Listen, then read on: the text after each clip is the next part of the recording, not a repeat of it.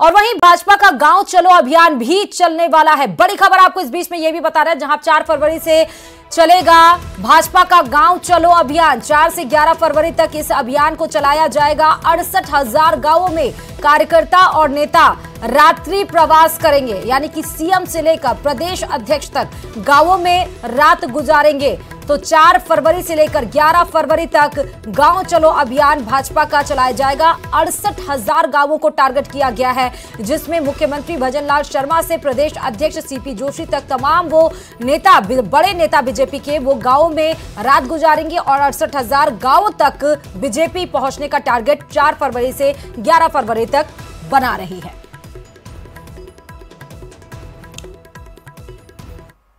और मन की बात से जुड़ी अब इस वक्त की बड़ी खबर आपको बताते चले कि पीएम मोदी के मन की बात का कार्यक्रम आज होना है, जिसमें सीएम भजनलाल शर्मा ओटीएस में अपने मन की बात सुनेंगे और साथ ही प्रदेश के 59,000 बूथों पर प्रधानमंत्री नरेंद्र मोदी की मन की बात ये सुनी जाएगी। बीजेपी प्रदेशाध्यक्ष सीपी जोशी ने वर्चुअल बैठक ली है और साथ ही जिला अध्यक्ष, जिला प्रभारी, प्रदेश पदाधिकारियों की भी बैठक ली गई है। सभी विधायक, सांसद बूथों पर मौजूद रहेंगे।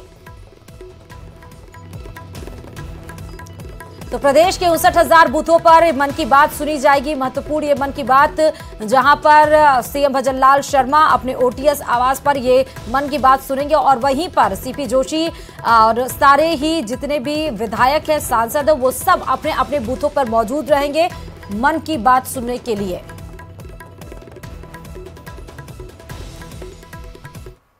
और इस वक्त भिलवाड़ा से बड़ी खबर आ रही है, जो आपको बताते चले कि भिलवाड़ा के निजी अस्पताल में हंगामा बरपा है।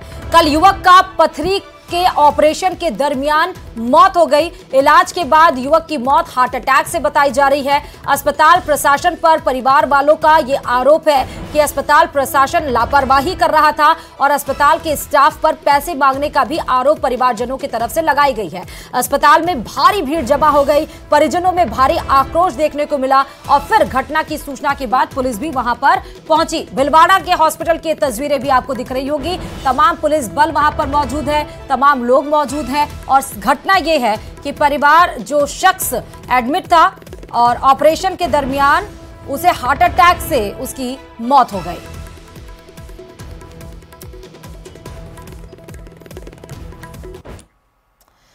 और सरकारी स्कूलों में अब अगर गलत आचरण कोई भी शिक्षक करेगा तो उसको गलत आचरण करने की भारी कीमत चुकानी पड़ेगी। उसको भारी पड़ने वाला है उसका ही गलत आचरण, क्योंकि ऐसे शिक्षकों के खिलाफ ना केवल निलंबन की कार्रवाई होगी, बल्कि निलंबन के साथ उनकी संपत्ति पर बुलडोजर भी चलेगा। शिक्षा मंत्री मदन दिलावर ने आज एक सरकारी स्कूल के कार्यक्रम में अपने संबोधन के दौरान ऐसे शिक्षकों को स्पष्ट हिदायत दे दी है कि जिनका आचरण शिक्षा विभाग को शर्मसार करता है। दिलावर ने स्पष्ट तौर पर कहा कि ऐसे शिक्षकों को नहीं छोड़ूंगा, साथ ही ऐसे शिक्षकों के सिफारिश अधिकारियों के खिलाफ भी कार्रवाई की जाएगी। किसी व्यक्ति को नहीं छोड़ूंगा जो इस प्रकार का व्यवहार करता पाया जाएगा, तो मैं निलंबित करने के बाद उसको बर्खास्त तक करूंगा और उसकी जितनी भी संपत्तियां हैं उस पर बुलडोजर चलाऊंगा। और वहीं प्रदेश में 15 फरवरी को सामूहिक सूर्य नमस्कार के आदेश पर सियासत गर्मा गई है। बीजेपी जहां इसे भारत की सांस्कृतिक परंपरा बता रही है, तो वहीं कांग्रेस राज्य सरकार पर आरएसएस की योजनाएं थोपने का आरोप लगा रही है। रिपोर्ट देखिए।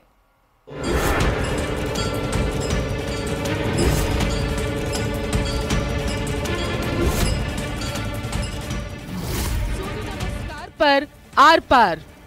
आज देश से दुनिया के अनेक देशों में सूर्य नमस्कार को अंगीकार किया है। फिर बढ़ी सियासी तकरार। राजनीति से प्रेरित होकर भारतीय जनता पार्टी शिक्षा के क्षेत्र में आरएसएस का एजेंडा लागू कर रही है। सबके लिए सूर्य नमस्कार जरूरी। सूर्य भगवान सबको प्रकाश देते हैं, तो शिक्षण संस्थाओं में आते हैं, उन सबको करना चाहिए यदि वो भारतीय है तो। फिर सियासत में क्यों बनी मजबूरी? सूर्य नमस्कार पर तकरार का क्या तुक?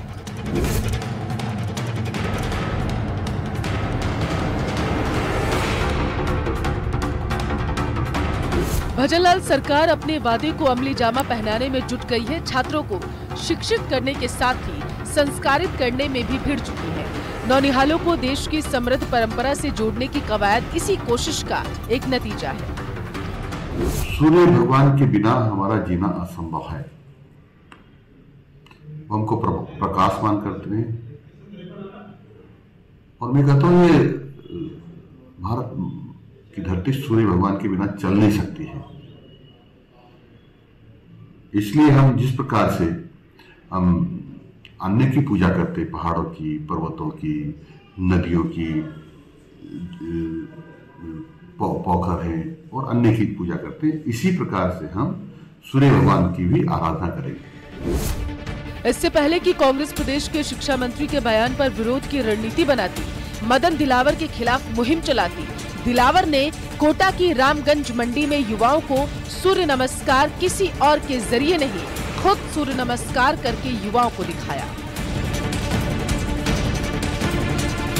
सूर्य भगवान सबको प्रकाश देते हैं, तो शिक्षण संस्थाओं में आते हैं, उन सबको करना चाहिए यदि वो भारतीय है तो।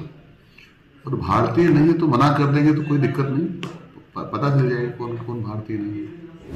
इतिहास हो, चाहे हमारी संस्कृति हो, हमारी परंपराएं हो, उनका संपूर्ण ज्ञान हो।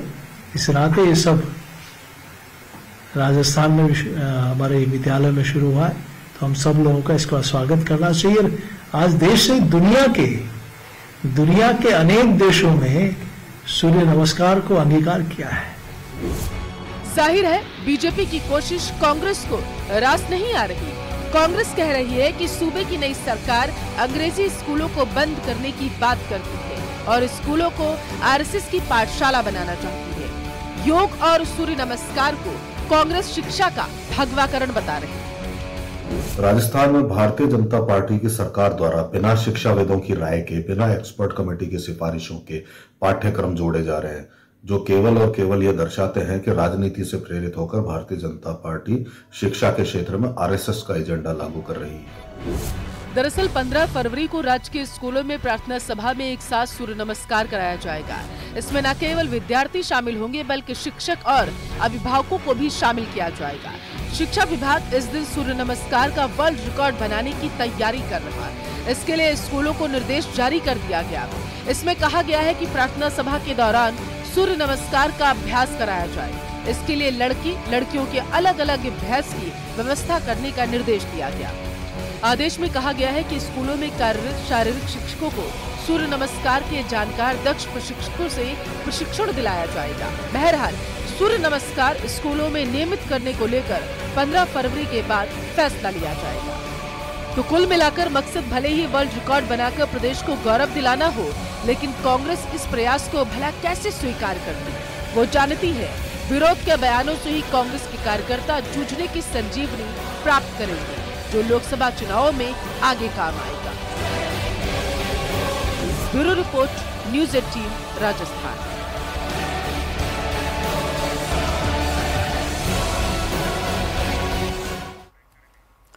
और वहीं लोकसभा चुनाव का ऐलान होने में अभी वक्त है, लेकिन उससे पहले ही भाजपा और कांग्रेस ने जमीनी स्तर पर तैयारियां शुरू कर दी हैं। कहीं कार्यशाला का आयोजन हो रहा है तो कहीं कार्यकर्ताओं से फीडबैक लिया जा रहा है। दोनों ही दल प्रदेश की सभी 25 सीटें जीतने का दावा कर रहे हैं। ये रिपोर्ट देखिए। 24 का संग्राम, सियासी दलों का प्लान, कार्यशाला से बीजेपी की बड़ी रणनीति, कांग्रेस की फीडबैक वाली तैयारी।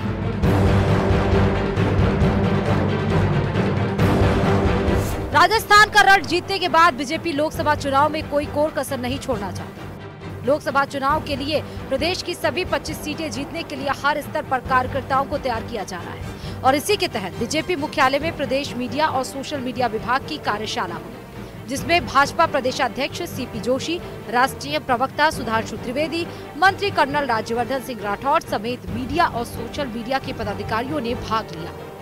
कार्यशाला में केंद्र की जन कल्याणकारी नीतियों का लाभ अंतिम व्यक्ति तक पहुंचाने की रणनीति पर चर्चा हुई।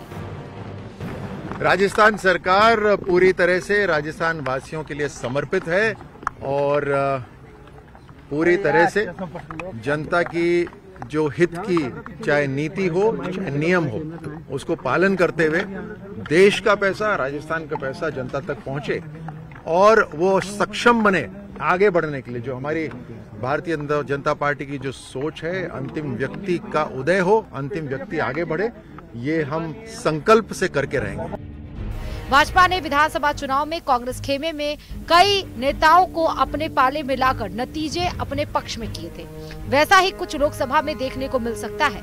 ऐसा ही कुछ इशारा किया प्रदेश अध्यक्ष सीपी जोशी ने। उनका दावा है कि कई बड़े नेता भाजपा के संपर्क में हैं। देखिए, विधानसभा चुनाव से पहले भी कई नेताओं ने, कई ब्यूरोक्रेट्स ने, कई सामाजिक संगठन के लोगों ने भारतीय जनता पार्टी में और आदरणीय मोदी जी के नेतृत्व में आस्था व्यक्त की थी और कई लोगों ने भाजपा की सदस्यता ग्रहण की। अभी भी कई लोग संपर्क में हैं। वहीं कार्यशाला में पहुंचे भाजपा के राष्ट्रीय प्रवक्ता ने विपक्षी गठबंधन के साथ राहुल की भारत जोड़ो यात्रा पर शायराना तंज कसा। जब से श्री राहुल गांधी जी पहले अपनी यात्रा पे निकले तो 3 राज्य कांग्रेस के हाथ से चले गए। अब वो पूर्व से पश्चिम की यात्रा पे निकले हैं तो आप देखिए, पहले पूरब में उनका सबसे बड़ा जो तथाकथित इंडी गठबंधन के सहयोगी थे तृणमूल कांग्रेस, उसने ऐलानिया कह दिया कि वो चुनाव नहीं लड़ेंगे। आम आदमी पार्टी ने पंजाब में कह दिया। अब पहले ही बसपा ने उत्तर प्रदेश में कह दिया। तो मुझे लगता है अब जो कुछ हो रहा है इस तथाकथित इंडी गठबंधन के अंदर, उसकी स्थिति कुछ ये कही जा सकती है कि देखी जमाने की यारी, बिछड़े सभी बारी बारी। उधर कांग्रेस भी पूरे दमखम से लोकसभा चुनाव लड़ने की तैयारियों में लग गई। जयपुर में कांग्रेस की स्क्रीनिंग कमेटी की बैठक में फीडबैक लेने के बाद अब अलग अलग विधानसभा क्षेत्रों में पर्यवेक्षक कार्यकर्ताओं का मन टटोल रहे हैं। AICC ने सभी लोकसभा क्षेत्र के अंदर एक कोऑर्डिनेटर बनाए हैं और अभी सभी कोऑर्डिनेटर्स की और प्रदेश इलेक्शन कमेटी की बैठक जयपुर में हुई थी। उसके बाद सभी कोऑर्डिनेटर्स को जिले के अंदर और उसके बाद विधानसभा और ब्लॉक के अंदर जाने के निर्देश हैं। अलवर की जो सीट है वो कांग्रेस की सीट रही है, ज़्यादातर कांग्रेस के सांसद यहाँ से बने हैं और आने वाले समय में भी ये सीट अब की बार हमारी कांग्रेस यहाँ से जीतेगी। बीजेपी जहां 25 की 25 सीटें जीतने की कोशिश कर रही है, वहीं कांग्रेस भी इस बार खाता खोलने के लिए जी तोड़ मेहनत कर रही है। कांग्रेस का दावा है कि जनता केंद्र की नीतियों से परेशान है और वो इस बार 25 की 25 सीटें उसकी झोली में डालेगी। अब देखना होगा कि जनता क्या लोकसभा चुनाव में भी कमल का फूल खिलाएगी या फिर हाथ का साथ देगी। न्यूज़ 18 राजस्थान के लिए रोशन शर्मा की रिपोर्ट।